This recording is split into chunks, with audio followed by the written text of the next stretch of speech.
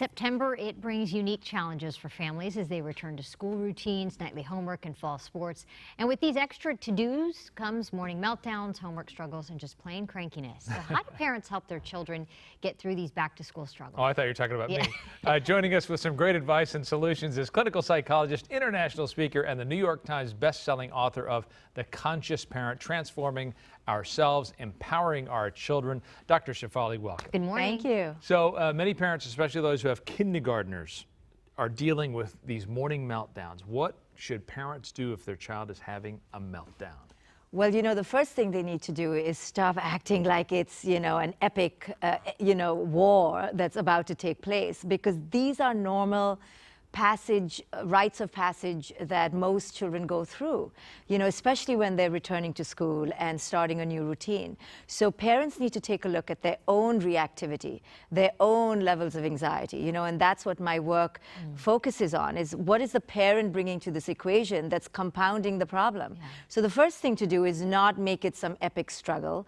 Don't create a battle line and put yourself on the other side. Find out why it is your kid is having this anxiety, and then check your own reactivity to that anxiety, and then help preempt and prepare. I do courses on helping parents role play things and situations with their children preemptively, so that they can give their children the skills that they need. Children don't want to throw tantrums. They're doing so because they cannot cope with this new reality. So how can we as parents give them the skills? So simulate the environment. I create simulated environments where parents and children role play the actual goodbye or the actual getting up and the whole morning routine, so that things are put into place before the actual event takes place. So children feel competent and resilient. Let's talk about kids and their schedule. So many kids, they have multiple activities, they have sports, they have homework. Does it get to a point where there's just too much? We're overscheduling our children, and as parents, how do we know when it's too much, and how do we help them manage these busy schedules? Well, yes, we are overscheduling our children, no doubt about it. And it's clear to see, because statistics show that anxiety in children is on the rise. They're sleeping much less. They have poor study habits because they're exhausted. And the key question I ask parents is, take a pause, ask yourself, is this activity really to engender and boost up your ego? Or is it really, truly, organically coming from the child's interests and the child's sense of self? Is it coming from the child or for the parent? Because children, for the most part, will tell you, no, I don't want to play piano 5 times a week, or I don't want to do 10 activities after school. I'm exhausted. And they're showing signs of being burdened by that, but we're not paying attention because we believe that this is the pathway to success. And we've narrowly defined success to be an overachievement and staying ahead of the curve. And we're afraid, we're coming from lack and fear, that if we don't push our children, somehow they're not going to survive.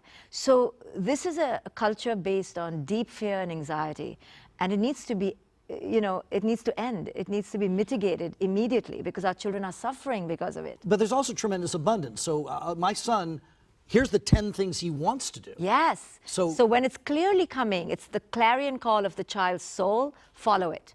But be careful. That's why I ask parents first, where is this coming from? Is it coming from you, or is it truly coming from within the child? And then you follow the child. But that suggests that the children always have their answers. And as a parent, your responsibility is to guide them in the right direction. Right. You know better than the absolutely, child. Absolutely. But the guidance needs to be listening to what the child would be best at, not listening to what my ego wants. Right. So yes, guide them according to their sense of who they are, not what you want them to be. And do you feel one gender might be more guilty of that than another? I just know from personal experience in sports, a lot of times it's the dads who maybe want their kids to athletically excel a little bit more than the kid does. Of course, and this is a cultural phenomenon, it's universal, and that's why we have to put that ego in check. We have to tell the dads, hey, you loved sports or you didn't love sport, whatever your thing was, that's you.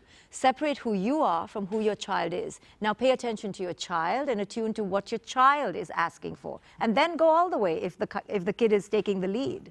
They're telling us to wrap up, but I think this is so important about homework. And sometimes children, it's so much, and they're crying, even they're not typically someone who cries. but they're crying, they're this crush of homework. Well, because grades have become the ultimate marker for their entire sense of self, and that's why they're not enjoying the process of learning anymore.